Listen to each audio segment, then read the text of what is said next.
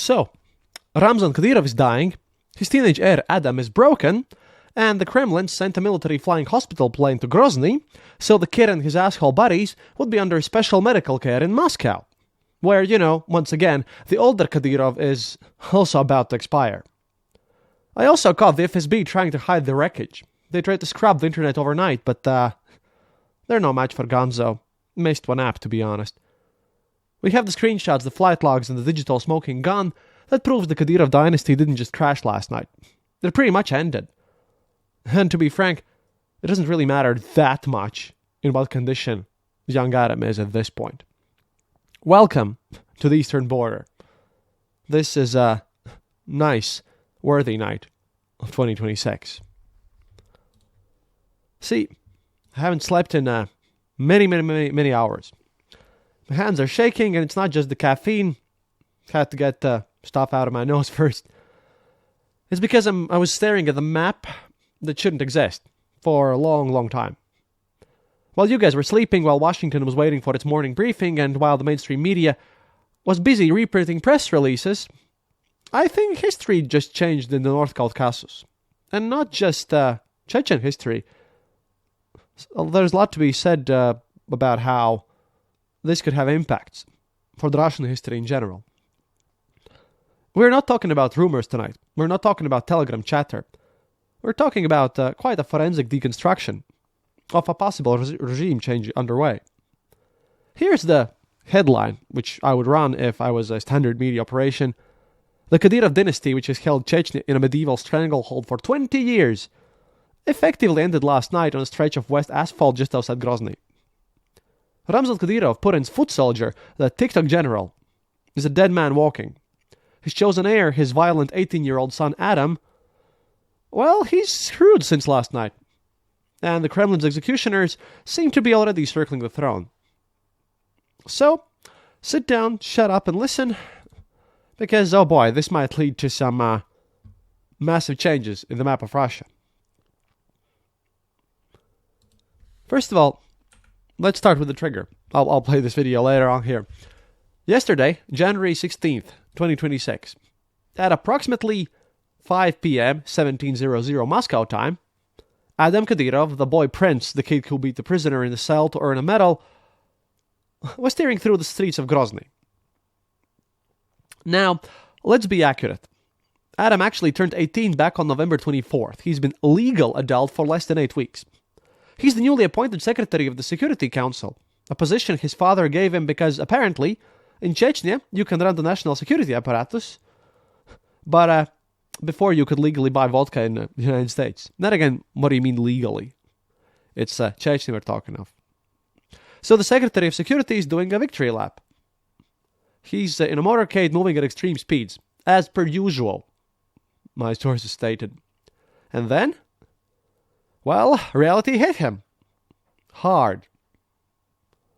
As reported first by the Chechen opposition movement NISO and the very respectable news source Kavkaz Reali, and they're very respectable about Kavkaz. They have been quoted by the Moscow Times, Radio Liberty, everyone. They're very respectable.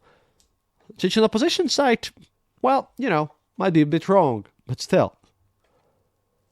The thing is, they provided evidence. Apparently, the heir lost control of his vehicle near the Akhmat Arc at the eastern entrance of the city. Now, here's the official situation here. Why do we know this? Because these guys also, from the same NISO group and other channels, showed us this video first, which is a dashcam from near this bridge, near this gate, where everything was like locked down.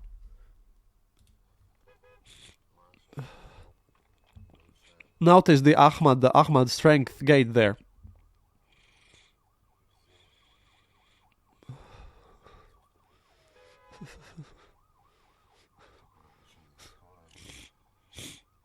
Here's the ambulance.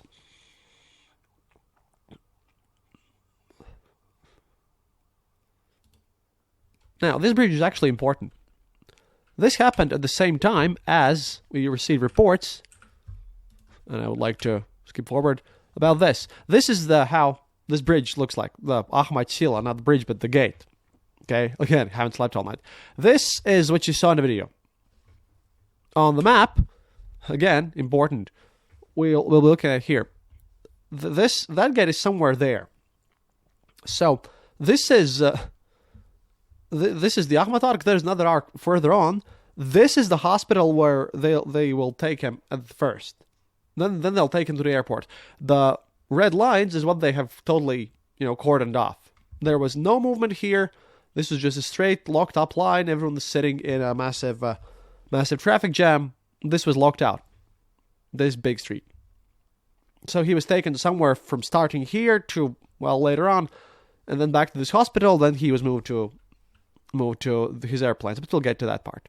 I want to show the second one. This, by the way, is in the other end of Grozny, at the entrance of this other smaller sort of suburb village on the other side of everything.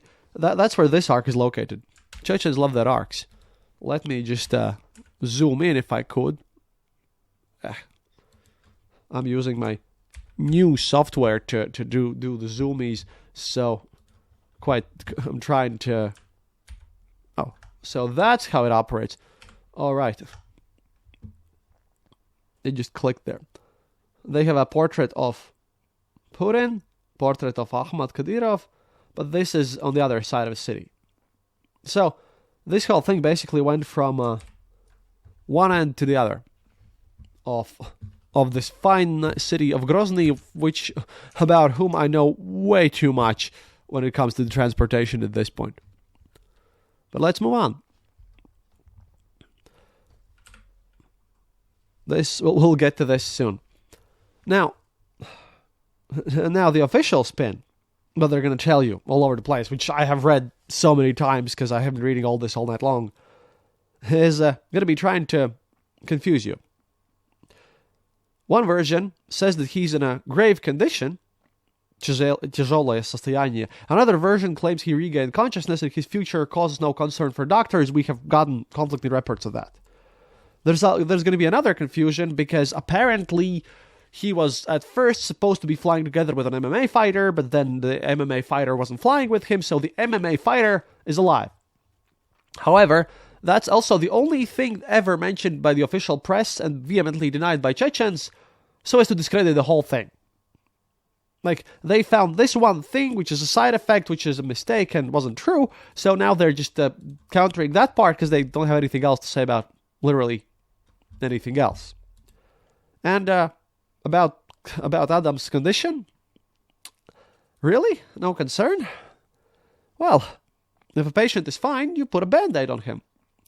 You don't shut down a capital city, because this was all throughout Grozny, and then scramble a flying intensive care unit from Moscow to pick him up. Oh, and then another one that flew from Dubai to get his relatives over there to the whole Moscow situation. If we watch the actions and not words, the actions don't really seem to me that everything's fine and he regained consciousness. I mean, these are the flight paths. We'll take a look at them next, but I'm pretty sure there's going to be a lot of reports about how Ramzan Kadyrov just was talking to talking to doctors and all that whatnot. Yeah, but in that case, why would they pull out an actual medical plane, a private one, to go through everything? This is sort of stupid. So, this thing is where it's at. We will be looking at these screenshots from flight radar. Here we go. I'll try to zoom in even more. Yep.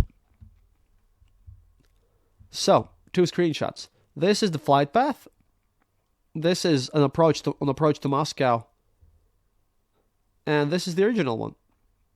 We had... I guess I'm going to have to zoom out here.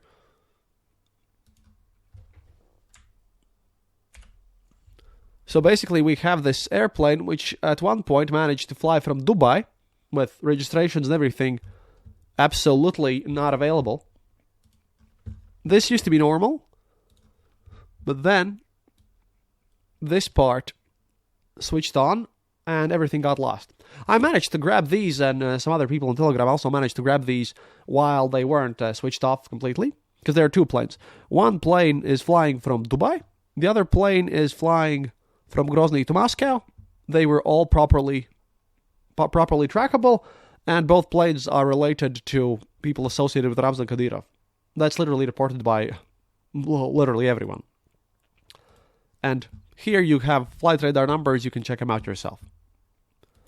So, the prince, apparently, most likely I would say, because if there would be nothing wrong with him, why would you fly in massive amounts of planes over there? He's bleeding out in the Republican Clinical Hospital in Grozny. Local doctors stabilized him, but they're terrified. And then they made a call. He has to go to Moscow. And this is where the story actually leaves ground. We have a time scale here. At 22:40, the local time, the radar over Grozny lit up. A bird lifted off. Call sign SUM 9108. Tail number RA 61717. And all this stuff, mind you, this plane, right here, this one. If you've noticed that this ain't your standard business jet. This is an Antonov An-148, belonging to, no less, Ministry of Emergency Situations. Yes. It's a flying intensive care unit equipped with specialized medical modules. You don't send this plane for a broken arm.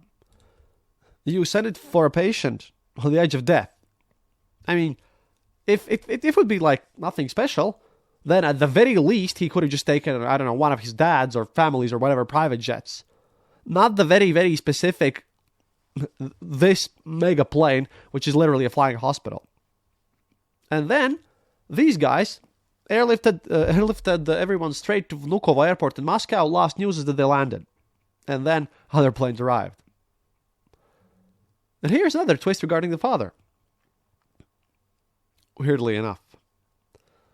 Then, the other jet, besides the Airbus, the other Airbus, Airbus ACJ 3190 or tail number RA 73417.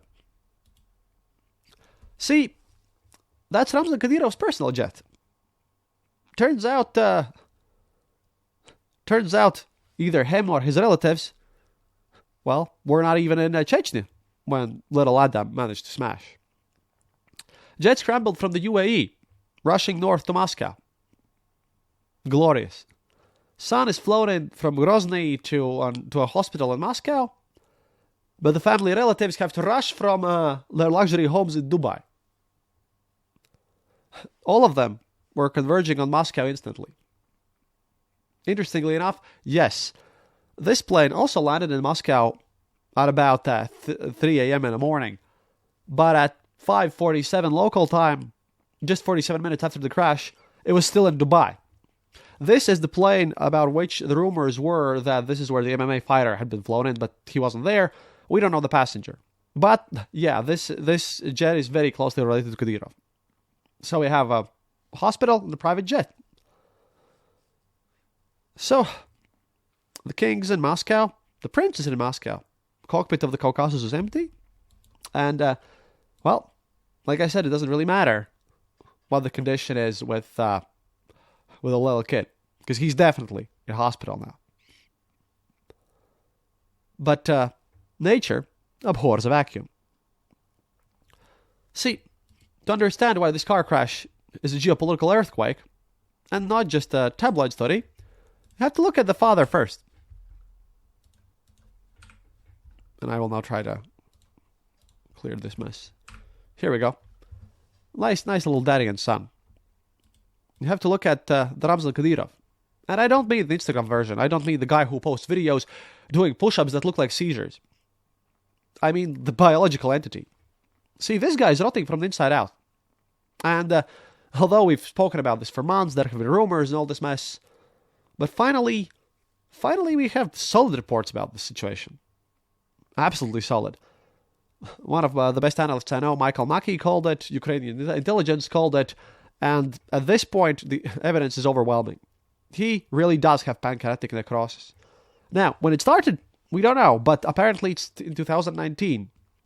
So, that part doesn't matter, but the fact that he definitely is in mega intensive care, well, by this point, I can guarantee you that.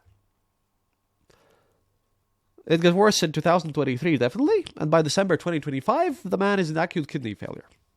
See, he was supposed to be on Vladimir Putin's mandatory state council meeting on December 25th. You don't ghost Putin unless you are physically unable to stand up. Ramzan was in Moscow being quote-unquote barely resuscitated by the best doctor's money could buy. He's currently dialysis dependent. He's a dead man walking. So, obviously, old man Ramzan here, Mr. Don, knew the clock was ticking. He could feel it in his blood. So he panicked. He tried to speedrun the dynasty, like in Crusader Kings. So he took two of his sons, and I'm pretty sure he has many more, and showed them into power before they could even grow beards. Ahmad, who's 20 now, became, check this out, the first deputy prime minister of Chechnya. And Adam, little psycho shithead who beats up people and just has more medals than anything else, her crash pilot. Yeah, Ramzan made him the Secretary of Security Council of Chechnya in November. Let that sink in. The head of national security for the most volatile region in Russia is a kid who has been legal adult for 7 weeks. Ramzan was betting everything on a fast transition. He wanted to force the Kremlin to accept his bloodline while he was still alive to bully them into it. But last night, I feel like this bet has hit a wall. Biology is the ultimate opposition leader. You can torture dissidents, you can bribe generals, but you cannot bribe a failing pancreas, and you cannot intimidate physics when a 2-ton armored Mercedes, well, gets hit at 150 kilometers per hour. So, the physical world is a mess. Metal is twisted, bodies are broken, but the digital world, oh yeah, damage control. See, I was reading all this Telegram stuff, but then I decided I have to dig in.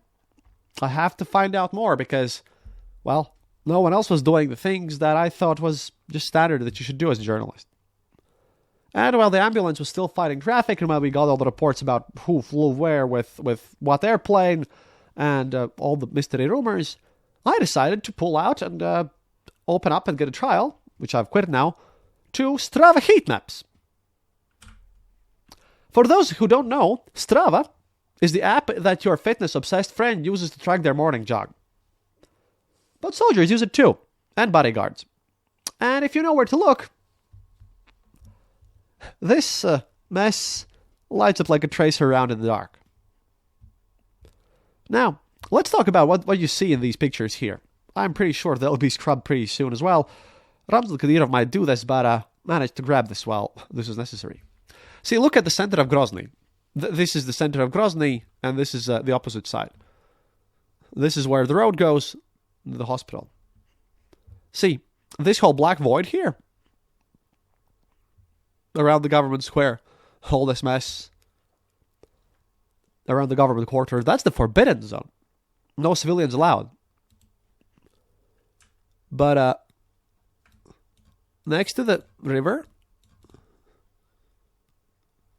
let me just zoom this in. Like I said, I've been working instead of actively trying to figure out how to fix the zoom method. Here we go. See, this is the Suza River. These are the governmental... I can't zoom this way, stupid. These are the governmental offices. Big park here. These two things, well, you will see them just in a moment. Basically, all this mess.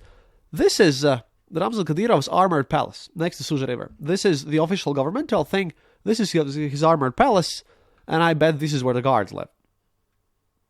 It's glowing here because, well, hundreds of elite Ahmad troops have been pacing that perimeter every single day for the last year. And, again, comrades, look at the other thing. This is our second option, which we also checked. You see this? It looks like a stadium. But let me tell you, if this is not a stadium, this is a mosque, a temple. There are barracks. And this thing, which looks like someone's been running around, that's a second glowing oval, a military reserve base. Why does this matter? Well, because this is where the governmental district is at. Yeah, you don't see anything here. Kadyrov's palace, possibly barracks. Down here, staging grounds. Because all this is from Strava. I had to double check everything in other sources too. So, the crash happened, mind you, on very near the road that leads to that base that you take to get there. Although, you know, all this mess isn't maybe that clear cut. However, where did my stuff go? I'm stupid. I have been working all night long, and I do not want the desktop background. I want my things back. Well, nice. Now you know that I played this Coliseum. Let me just open this one more time, please. Here we go. I'll probably have to make this later. Basically about this map. As you can see here. I hate when I can't scroll. So. Park. Kadyrov Street. Barracks.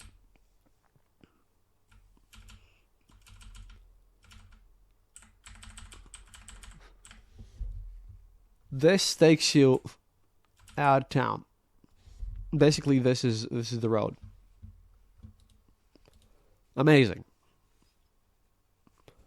See, Prince crashed directly on the lifeline of the regime, because this Argon, where he was going, according to our previous data, yeah, that's another little suburban village, which basically consists of only Ramzan Kadyrov supporters and is massively militarized. Like, massively militarized.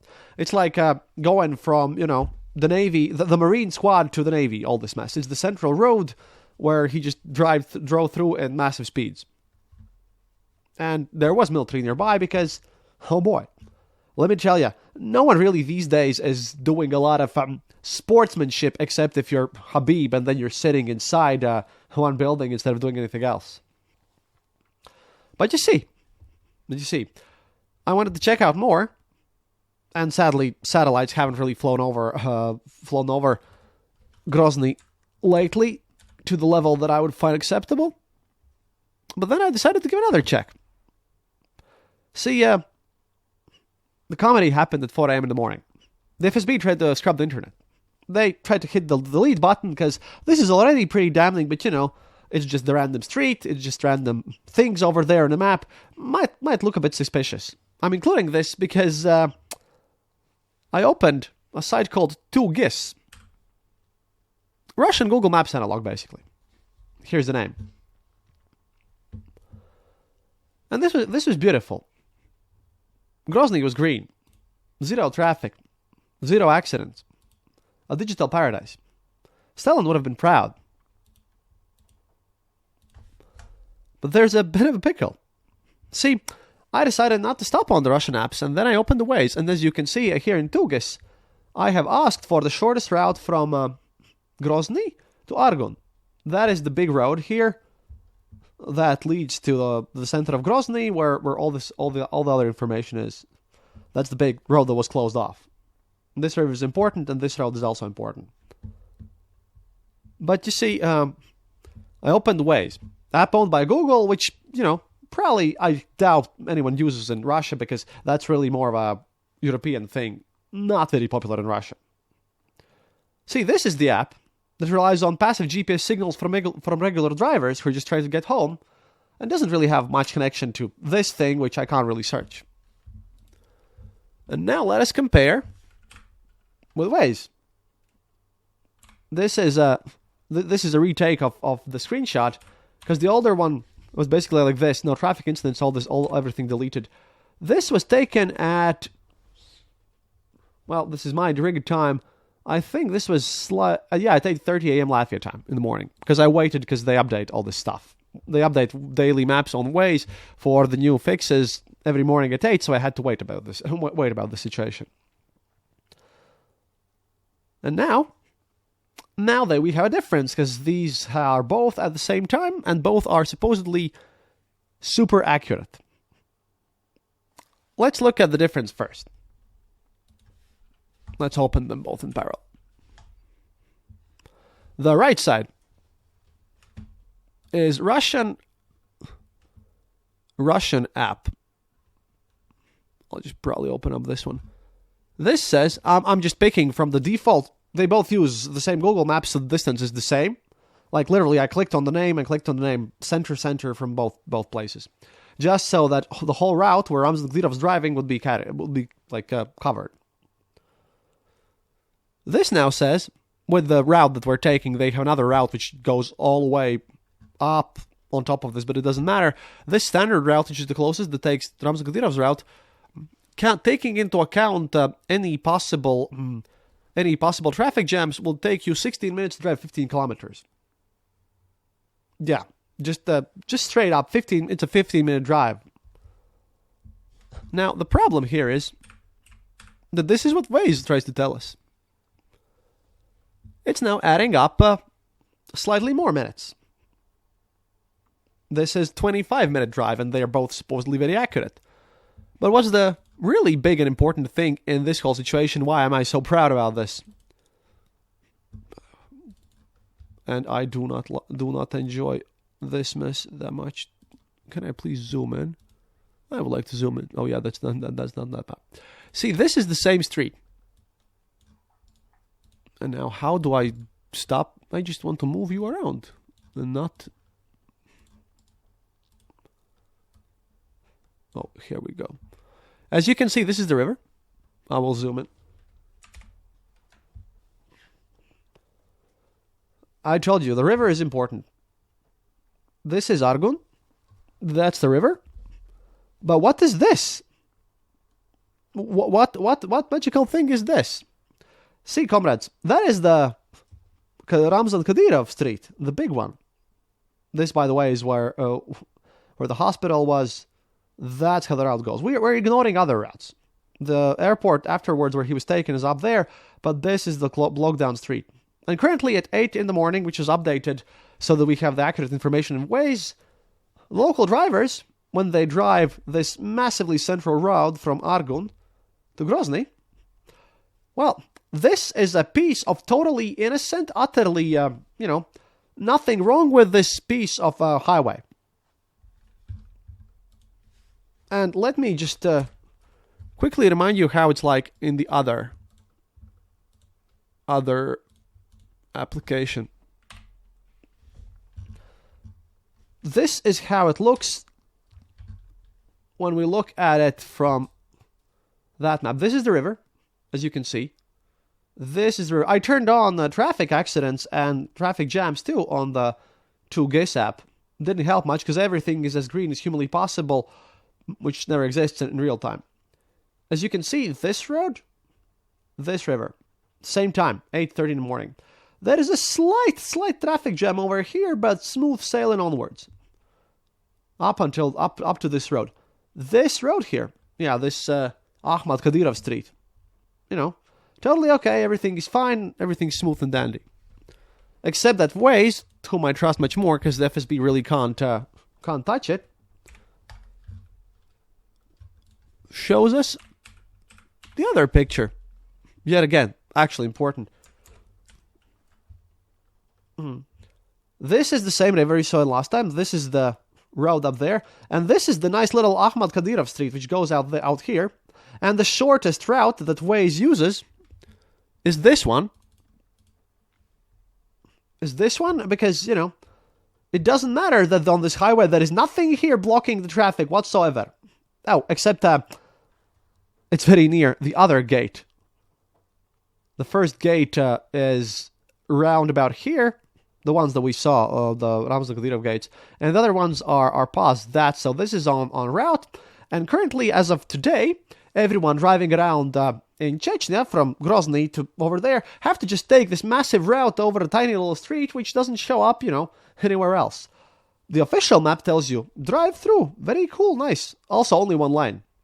This is specifically for the route from... let me unzoom this one. from Grozny to Argon. On the other route, when you're driving the opposite side, it actually takes that thing. So one side of this is totally blocked off with proper crashes. Now, what could be the reason why Waze, out of all the apps, why both Waze, which just takes in driver data, or just too afraid to click anything, and our good old G2S, which is absolutely Russian driving analog, if everything is smooth and green, then why the two differences? And like the hardest thing that's reported on this one is this little tiny jam, which is here, by the way, on this map, just to compare. And again, this street is this here thing. So everyone this morning is actually driving like this. Let me remind you, everything is super green. There is no traffic jams reported here. Neither are here, because they also rely on local data. But the orange just takes around this route. I mean, for a random reason, they would just turn off the cars at 8 a.m. in the morning, which proves that this happened yesterday, because that's Waze's map. Yeah, seems to me like a pretty decent evidence of a cover-up, because, again, all of this is green, and I waited up until about 2 hours after, some yellow spots started plopping up, but yeah, everything was clean. No reviews, no nothing, no reports. If you've driven with Waze, you know that, everyone just reports, oh, there's a traffic jam there, camera there, nothing, everything deleted. Slammed out, just like data in this here governmental district over there. Yeah. Amazing. See, this jagged red line proves that Waze is frantically trying to route drivers off the highway and into the mud just to avoid the kill zone of the arch. This is also the only route that they offer. Basically, the routes that they recommend you taking all involve going through there. You can't not go there. So the FSB decided that, let's hide everything, as they do in Chechnya. It's very hard to get stuff out of Chechnya, after all. Wiped 2 GIS servers, yelled at people, made sure no one makes a fuss. That video is out there. This is why you also won't see much videos of the actual crash, because probably filming that straight up would be a death sentence of whomever is now in charge there and what their plans are. But they can't delete GPS signals of 500 terrified Chechen drivers stuck in a blockade trying to drive around this. Map doesn't lie. The algorithm here doesn't care about your propaganda. The blockade was real, and the cover-up failed in real time because, well, again, thankfully Waze is not very well known in Russia. Because this shit they cleansed, and I couldn't get access to Yandex Maps because VPN wasn't working. But one of these maps is lying, and I trust the one which, can't be accessed by Russian censorship. So, what does this all actually mean? Maps read, flight logs are filed, digital ghost of the blockade is archived over here in our servers. Now comes the question that I would be starting to worry about in Chechnya and Grozny, everywhere basically. Also by Putin. Who rules the mountains now? Because you see, the Adam plan seems to be pretty dead to me. Ramzan wanted a dynasty. He wanted his bloodline to rule Chechnya for 100 years. He even made a massive wedding ceremony for Adam Kadyrov where he shot with his golden gun in the sky and everything. Amazing. But that doesn't seem to be working. Now, if this is a cover-up for something else, then that something else is far worse than Adam Kadyrov just smashing his car and probably being in rough condition. Because you don't do this sort of stuff for no reason. Not even if you're Ramzan Kadyrov, especially since his positions have been weakening lately. But what are the wolves that could be looking at this whole situation being hungry? Well, I am watching 3 men, personally. Vulture number 1 here is Magomed Daudov, call sign Lord, Speaker of the Parliament, the Regent. He's currently holding the fort in Grozny while the Kadyrovs are in Moscow. He's brutal, effective, and loyal, but loyalty tends to have an expiration date when the boss is in a coma. And a side note, he is the one who has been arranging diplomatically all the prisoner exchanges between Ukrainians and Chechens, because of course they have their own exchange fund. So, he definitely knows some people to talk to the other side. Then we have our other friend number 2, which is my favorite here, Apyelodinov. I've mentioned him before because, he's getting the blame about being a coward, but he's not. And if you're even slightly intelligent, then you can't not hate Ramzan Kadyrov because of what an idiot he is. And he's protecting his troops for something. He, although wears suits on Russian state TV and is speaking perfect Russian, he's charming the Moscow elites. He's trying to be the civilized face of Chechnya. Kremlin likes him. But he might not like Kremlin. So, all this just increases the mess. And then we have vulture number 3. The Russian general, the man Ramzan Kadyrov, humiliated publicly during the Ukraine war. General Lapin. He called him incompetent. He tried to destroy him. Well, Lapin, by the way, is back in favor in Moscow. Revenge is a dish best served when your enemy is hooked up to a dialysis machine. And when I say he's back, is that literally the same day as Mr. Adam here crashes his car, we get an announcement that this general here is going to run for Gosduma this year. And, from the United Russia Party, of course, from the big corrupt party. But from which region? Dagestan. Do you know where Dagestan is? Right next to Chechnya. They all used to be the same Ingushetia, I think. So this guy also has some sort of Caucasus connections and ambitions. So, Kadyrov era is definitely damaged. 2 decades of medieval brutality. And whatever Ahmed is doing, by the way, nobody knows. He also could be behind this, but can't claim that one yet. All this mess, well, if it didn't end tonight, then it definitely is on a path of ending tonight, because, again, it seems to me that yes, Adam crashed, and if he didn't, then holy shit, something even worse happened out there. At least something that spells doom for Chechnya being a part of Russia anyways. But, my money is on the fact that he's actually in a hospital. But we'll see. We'll see where it goes from there. But funny how all this mess by the family who's actively tried to kill me personally, how this mess is ending not with a glorious battle, but it ends with a stupid, avoidable car crash on a wet Friday night. Father's dying, son's broken, throne is empty.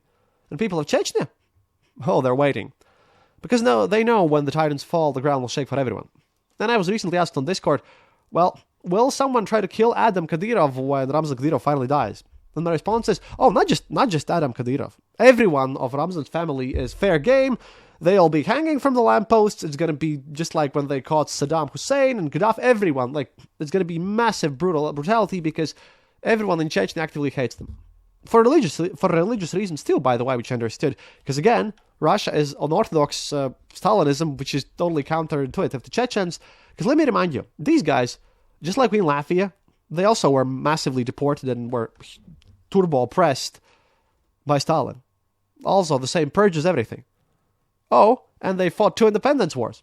The empire didn't let them go. There is no love for Kadyrov. Literally everyone, like anyone else besides Putin, would put him into prison no matter his allegiance.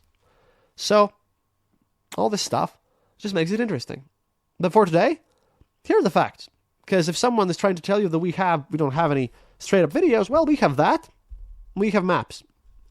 Because all this looks pretty suspicious. For one, I haven't seen, if this would be some sort of rerouted route or something else, how Google Maps tends to do sometimes. Because Google Maps also has a tendency to give slightly different coordinates. But when this route here is perfectly straight, and I'm drawing here, this is this. You don't see any jams going on here, and everything is green and perfectly fine. Only slight, inconvenience here. Nothing of the stuff that's also drawn in ways. It's literally made in the same time. None of it. Slow updates coming in. I mean, this is what the government wants everyone in Russia to know. This is what's actually happening because, again, Western cars and their passive GPS. I consider this to be strong evidence of that something happened, and again, airplane data together with this stuff, and this, by the way, isn't on Telegram yet. This is the first where I checked, because might as well, it could be fixed by this point, but it's saved here. Show it as an argument. I hope that someone else will also try to check this eventually, which is why I'm trying to make this as vital as possible, because that's an important piece of information here. But meanwhile, I'll probably go and finish my beer and try to get some sleep. But about this situation, oh boy, I've always said that the big mess in Russia will start with Chechnya. So I'll keep watching the maps, trafficking the flights. God knows, standard mainstream media won't do it in the West until the shooting starts. But for now, this has been a special report. I have a nice meme for you for this occasion. It's in your Gmail. Honey, come here and say hi. Then you have to say hi. You can't just sit there. Evit is sitting next to me and encouraging me to do this. Meme on Gmail? Okay, we'll check the meme on Gmail. Yes, I want you to show it to your listeners. Oh, also, thank you, Paul Jones. I opened my Gmail and saw that I'm a new patron. Oh yeah, this is great.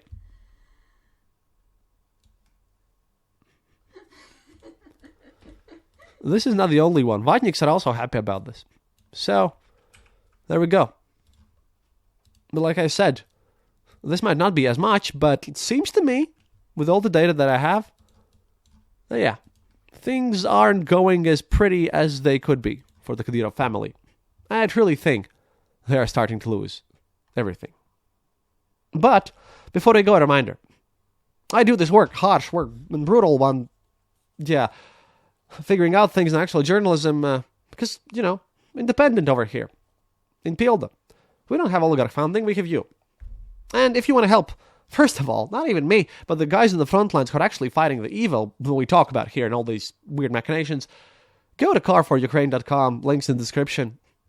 We're currently continuing to run Christmas Tree Truck 2025 campaign. We're about halfway there, and we're sending pickup trucks to the 24th Brigade. Trucks save lives. Go to the link in the show notes. Don't buy a latte. Buy a piece of truck that, kills fascists. But if you want to help us keep us in the air and keep me, well aware and awake and, able to function, join our Patreon. Patreon.com/the Eastern Border. You get the episodes early, get the ad-free versions. Well, some episodes early. There's extra episodes too. And you get my eternal gratitude. Evita reads you a fairy tale now and then. Also, if you want to wear your support, check out the merch. We have designs that will get you stopped at customs at theeasternborder/shop.forthful.com. Also, there's another monthly membership thing, and there's a Club of Angry Patriots merch. Which, by the way, because I stole that trademark from Igor Girkin and his buddies, and all the profits from that go straight to Ukraine. And, of course, you can go to theeasternborder.lv and, click that donate button for a one-time donation. Maybe join Substack or something. We have a lot of projects that I've been doing lately. But for now, I'll stop rambling because this was an insane amount of work. My brain is fried. And I bet there's going to be a bit of a recap, proper one, in the next longer episode.